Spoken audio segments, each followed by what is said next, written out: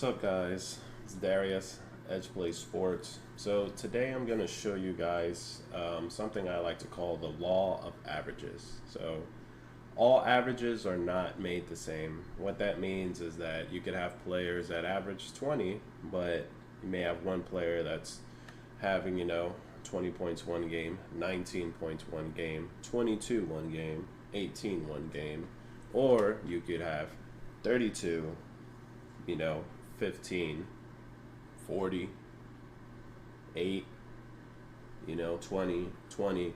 So there's a swing that happens with both of those players. Now, that swing, it's actually called a standard deviation.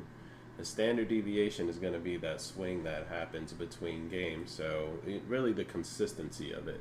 It's something to account for when before you're making your pick on your prop. Just because, obviously there's a few other factors, like on prize picks, for example, they like to show the last 5 games.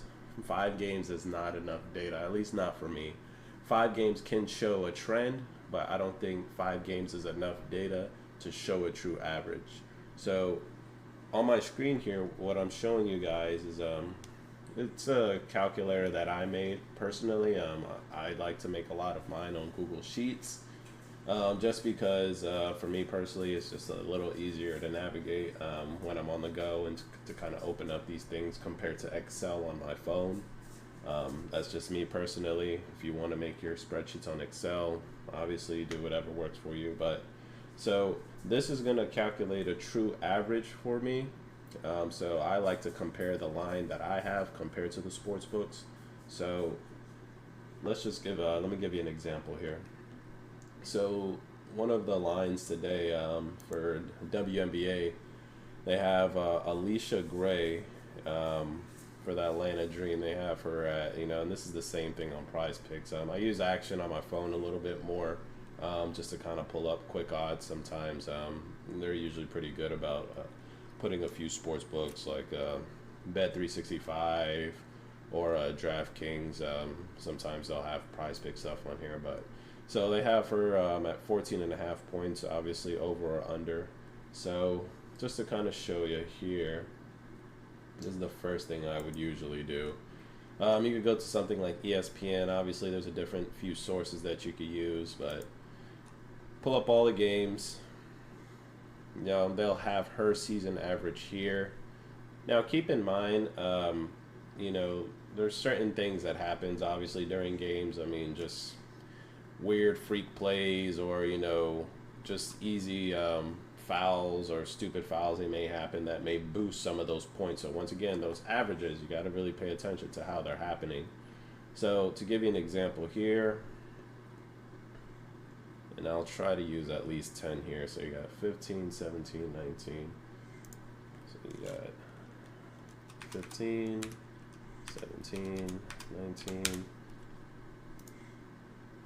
You got 15, 19, 27, 15, 19, 27.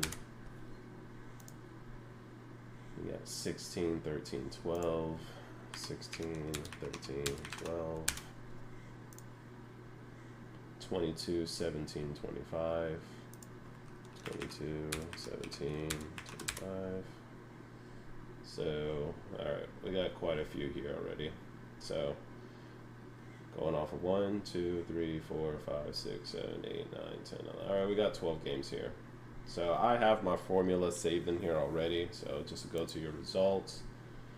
I'll get into these other things here a little bit later.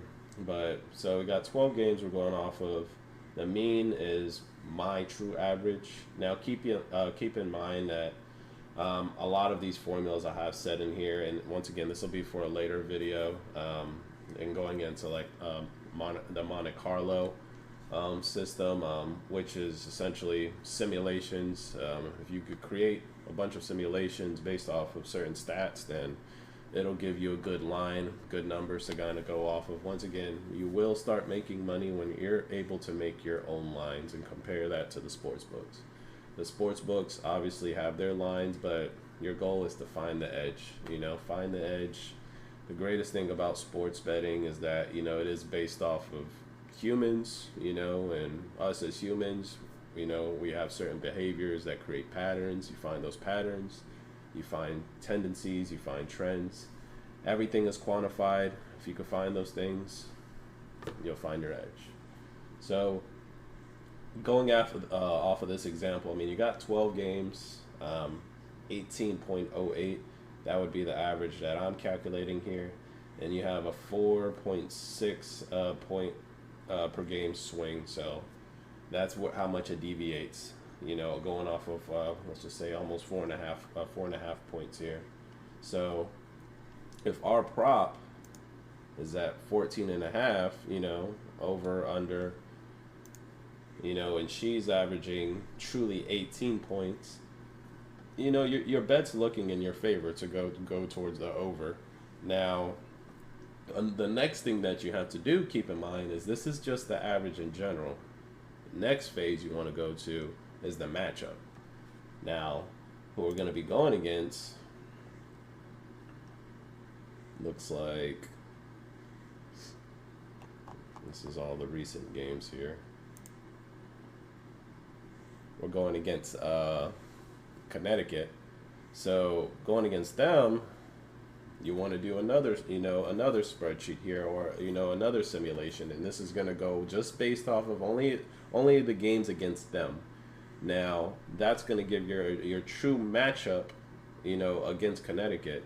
Now keep in mind, you can average 20, 30 points, or in her case 18 points against everyone else, but you go against Connecticut, and next thing you know, she only averages, you know, maybe 12 points, maybe 10 points. Matchups are key. You know, people have certain game plans against certain players that just don't work in their favor. You know, in the NBA, you got somebody like, you know, Kelsey Plum or Asia Wilson that will dominate all year, and then they go against this one team, and then all of a sudden, you know, it's just like, man, you know, what just happened? The matchup. You know, some people game plan better against certain teams. So it's just something to keep in mind. So like I said, I have my average for in general. The next thing you want to do is do the matchup average. Compare those lines. See what that looks like. And if that, you know, is lower, take that into account.